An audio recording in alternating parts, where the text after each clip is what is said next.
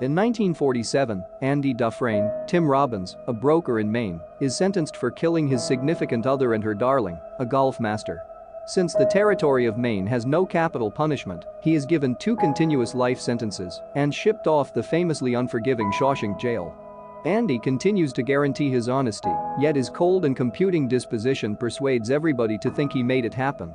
In the meantime, Ellis Boyd Redding, Morgan Freeman, known as Rhett, is being evaluated for parole in the wake of having burned through 20 years at Shawshank for homicide. Regardless of his earnest attempts and conduct, Redd's parole is dismissed, which doesn't stage him so much. Redd is then presented as the nearby dealer who can get prisoners anything they need, sensibly speaking.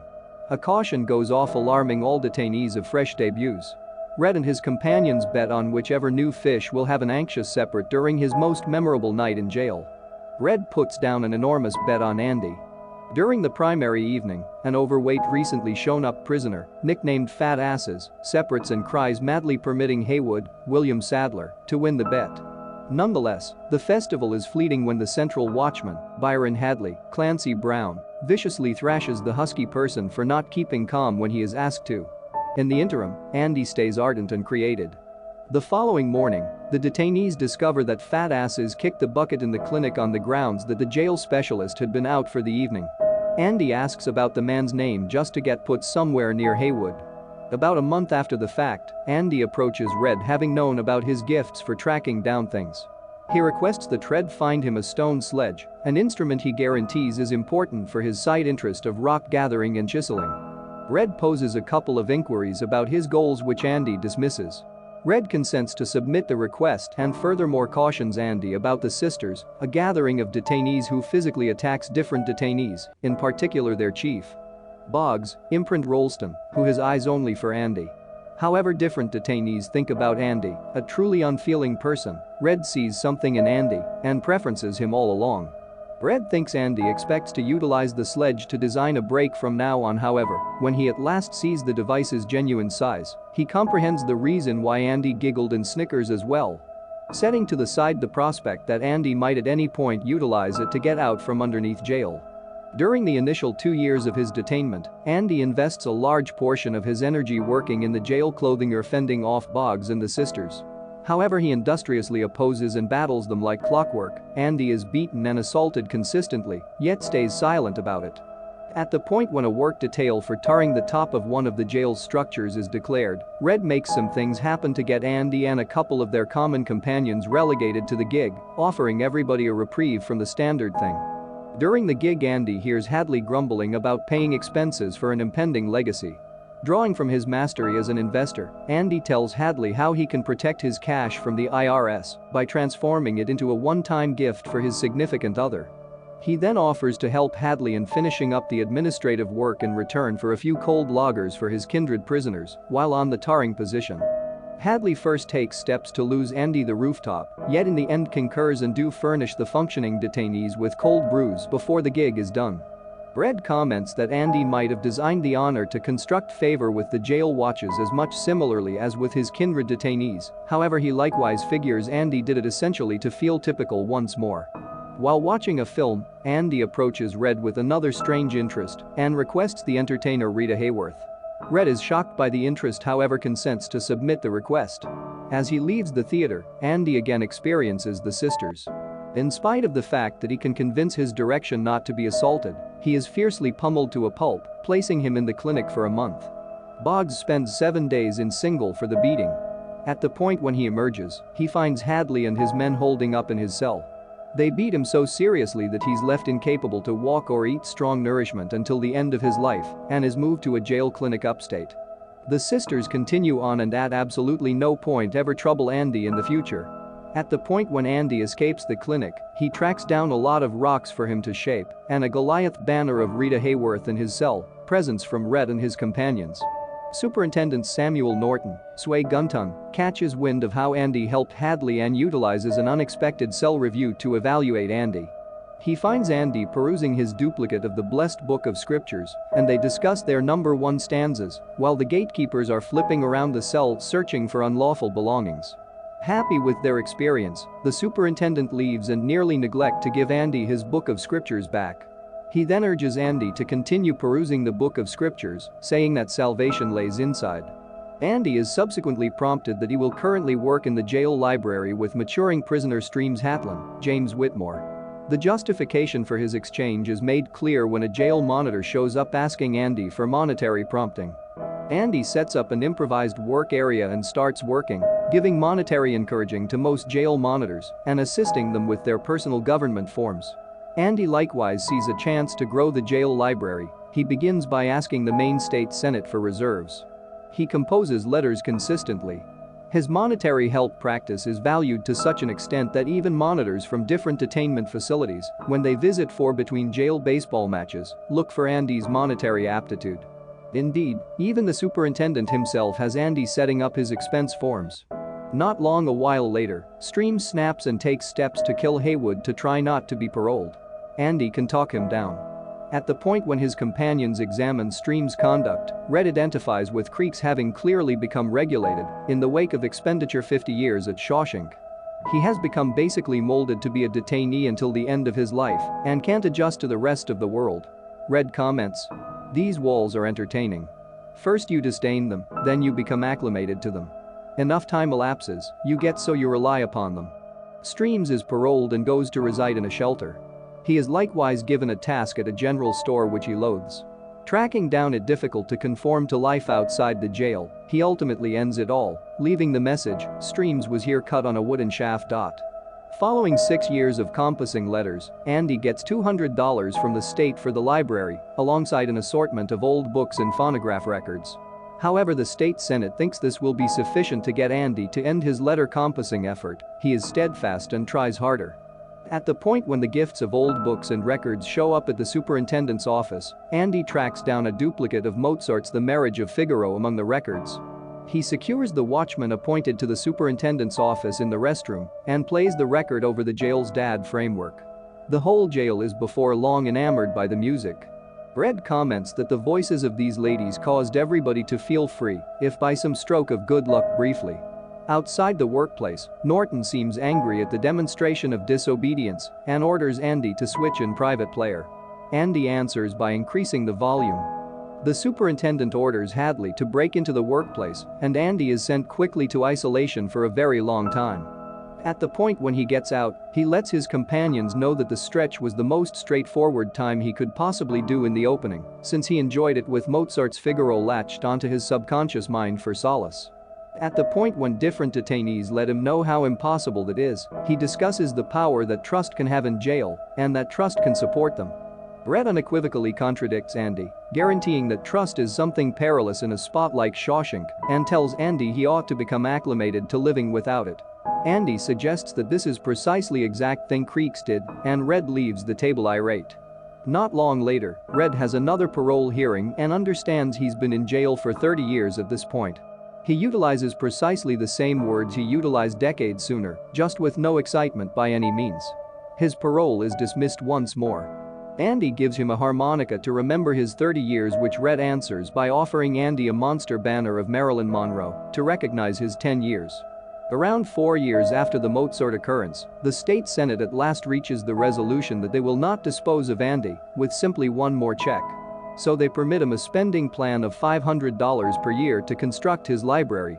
Andy utilizes it admirably and manages book clubs and noble cause to make the best jail library in the state and names it after Streams. With the developed library and more materials, Andy starts to guide prisoners who need to accept their secondary school recognitions so they can find a respectable line of work once they're out.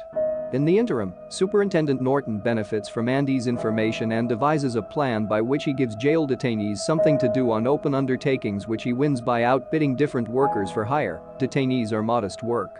Sometimes, he permits different workers for hire to score projects, as long as the payoff is sufficient. Andy launders the cash by setting up a few records in a few banks, alongside a few ventures, utilizing the phony personality of Randall Stevens, a man who just exists on papers, made by Andy himself through his insight into the framework and mail-requested structures.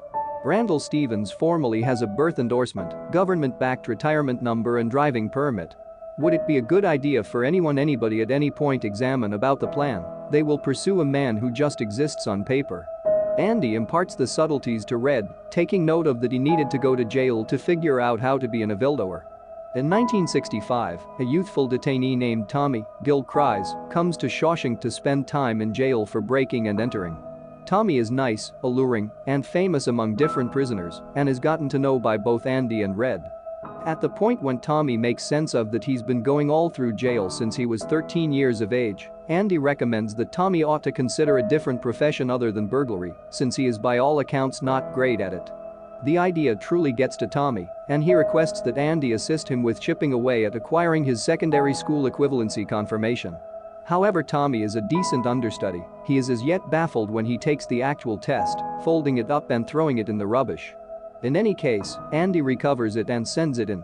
Tommy gets some information about Andy's case which Red makes sense of. After hearing the story, Tommy is noticeably vexed. He then, at that point, tells Andy and Red the tale of a previous fellow prisoner of his from one more jail, who flaunted about killing a man who was a genius golf player at the Nation Club he worked at, alongside his sweetheart. The lady's significant other, an investor, had gone to jail for those homicides. With this new data, Andy, confident, meets with the superintendent, anticipating that Norton should assist him with getting another preliminary with Tommy as an observer. The response from Norton is totally in opposition to what Andy expected. At the point when Andy says earnestly that he could never uncover the tax evasion plans he set up for Norton throughout the long term, the superintendent ends up being enraged and arranges him to singular for a month. The detainees talk about the sentence referencing the most significant length of time in single they've known about. They likewise understand that Andy may really be blameless all things considered and has spent very nearly 20 years in jail for a wrongdoing he didn't perpetrate. Tommy gets a letter from the leading group of instruction reporting that he has finished the test and presently claims a secondary school confirmation. A gatekeeper passed the news to Andy in his single cell, which makes him grin a bit. Later on, Tommy is accompanied outside around evening time to have a confidential gathering with the superintendent. Superintendent Norton inquires as to whether the story he told Andy is valid and on the off chance that he might want to affirm for Andy's benefit. Tommy energetically concurs. The superintendent grins at him prior to gesturing to Hadley to shoot him dead. At the point when the superintendent visits Andy in single, he lets him know that Tommy attempted to escape and that Hadley had no real option except to shoot him. Andy doesn't buy that story and lets Norton know that everything stops and that he won't work for him any longer. The superintendent undermines Andy to close down the library, consume every one of the books, and move Andy to a vastly different cell in a vastly different piece of the jail. With the most solidified hoodlums, would it be a good idea for him he quit working for him? He then, at that point, passes on and orders Andy to one more month in loan to contemplate things.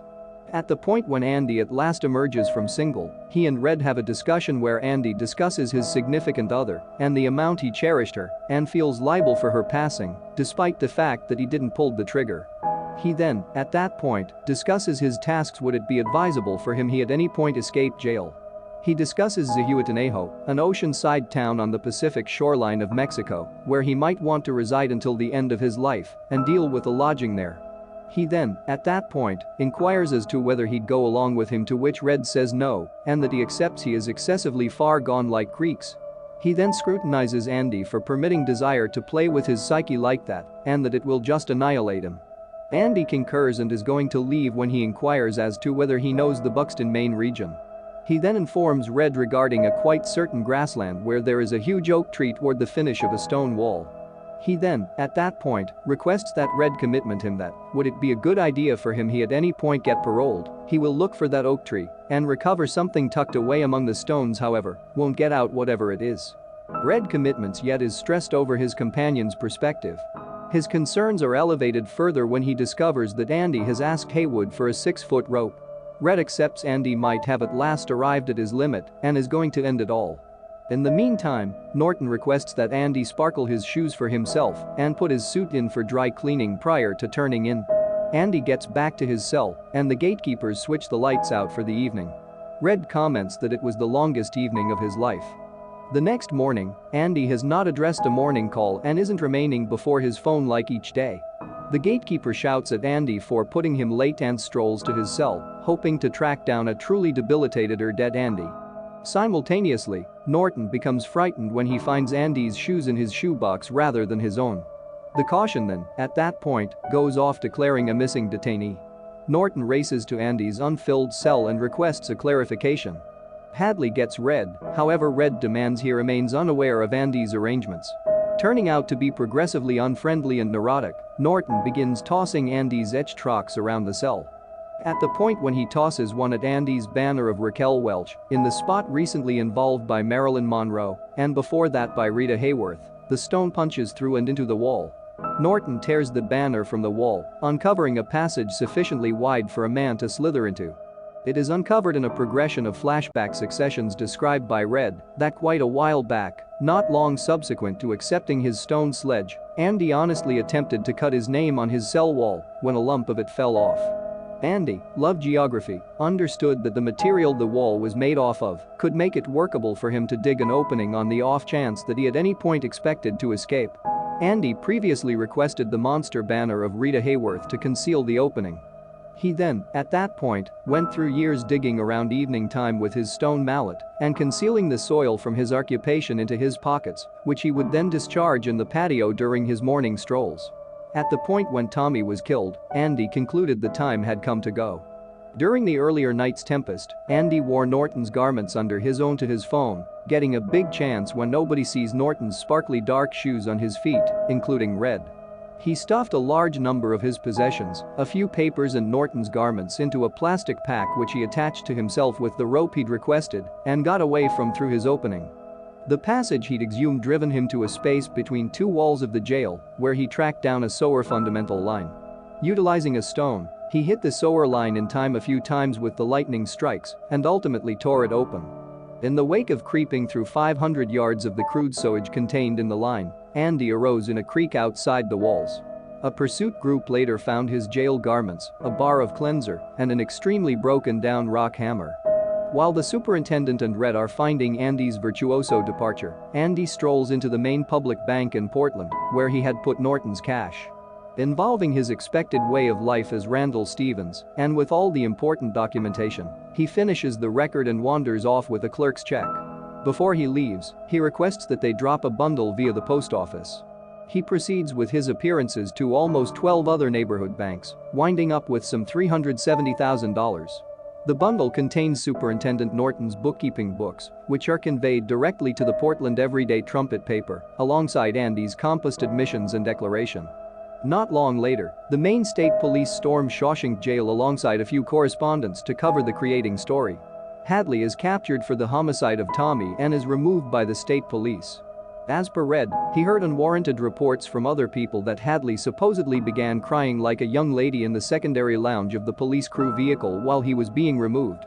Seeing Hadley being removed in a police crew vehicle and the neighborhood lead prosecutor entering the jail with a few police officers holding a warrant for Norton's capture, Superintendent Norton at last opens his protected in his office, which he hadn't contacted since Andy gotten away. And on second thought of his books, he finds the good book he had given Andy with a note to the superintendent saying that he was correct, salvation did lay inside. Norton then, at that point, opens it to the Book of Mass Migration and finds that the pages had all been removed looking like Andy's stone mallet. Norton strolls back to his work area as the police beat on his entryway, takes out a little gun, and ends it all by shooting himself in the head. Red comments that he contemplated whether the superintendent thought, just prior to pulling the trigger, how Andy might at any point have outwitted him. Soon after, Red gets a postcard from Stronghold, Hancock, Texas, with nothing compassed on it. Red accepts it as a sign that Andy made it into Mexico to opportunity. Red and his mates kill time discussing Andy's endeavors, with a couple of embellishments, however Red falls into a kind of misery from missing his companion. At Red's next parole hearing in 1967, he converses with the parole board about how restored is only a made-up word concocted to legitimize their work. He then, at that point, makes sense of the amount he laments his activities of the past, not on the grounds that he's in prison, but since he realizes how wrong it was. He then, at that point, closes by saying that he needs to live with that until the end of his life and requests that the load-up quit burning through his time and let him be. His parole is at long last conceded. He goes to reside and work at the very puts that Streams did, in any event, seeing Creek's message cut into the wooden pillar. He habitually strolls by a pawn shop which has a few weapons in the window. On occasion he mulls over attempting to get once more into jail, feeling that he has no life beyond jail, where he has burned through the greater part of his grown-up life. However, he recalls the commitment he made to Andy. He then, at that point, uncovers that he was not taking a gander at the firearms, but rather at the compasses behind the weapons, and he got one. Red adheres to Andy's guidelines, bumming a ride to Buxton and finding the stone wall Andy depicted. Similarly, as Andy said, there is an enormous dark stone.